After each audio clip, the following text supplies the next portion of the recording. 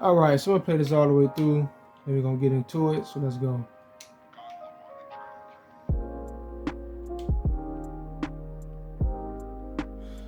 All right, one more time, one more time, one more again.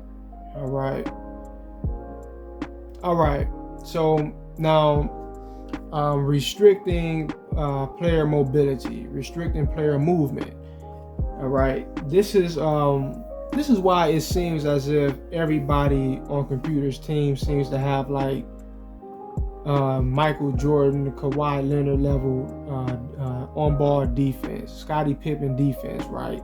And it's because even when they're not able to keep up with you, even when they're not able to stay in front of you or stop you, what the game does is it forces you to retract or submit or run into the defense. It makes you go into these animations where you get caught on a defender, even though you basically had the blow by, even though you basically had an easy rim run, you could have got to the basket with no problem, right? They force you to get stuck, and magnetized to the defense. So two situations right here that shows that happening. On top of the fact that dude fouled me and they didn't even call it, but it is what it is.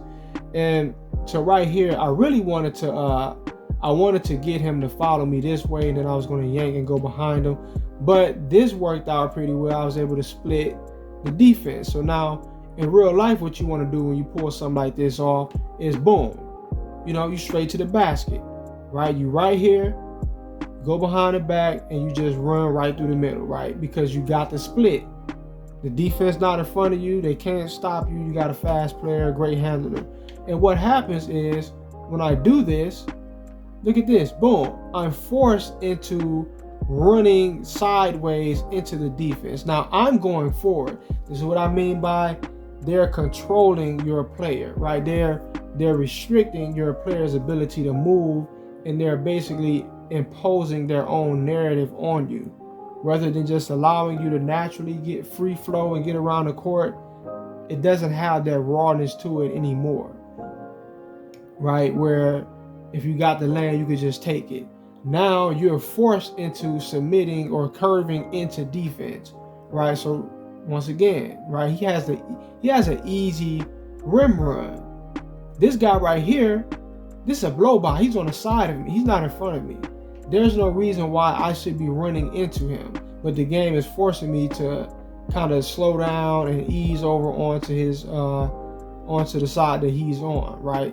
Forcing me into not being able to get the easy bucket. Easy bucket, nothing could have been done about it other than maybe this guy stepping up. Then, he leaves him open. He got a great mid-range, great three, but whatever. So now that's spoiled. So now I have to rely on getting the ball to my guy right here. That's the next best play, next best opportunity. And as you can see, he's ahead of his defender. He's in front of him. This should go pretty well. Everything should, follow through pretty smoothly, except for when you're playing 2K, right? When you're playing 2K, you never know what the hell is going to happen, right? So give him the ball. Now watch what he does once he catches it. Boom. See what I mean? That's that force field again. Now, real life, what happens is he catches the ball and he continues to flow towards the rim, right? But in 2K, when they're restricting you and they're trying to aid computer, they're trying to throw off your ability to actually get the hell off, right? And do your thing, do what you do best.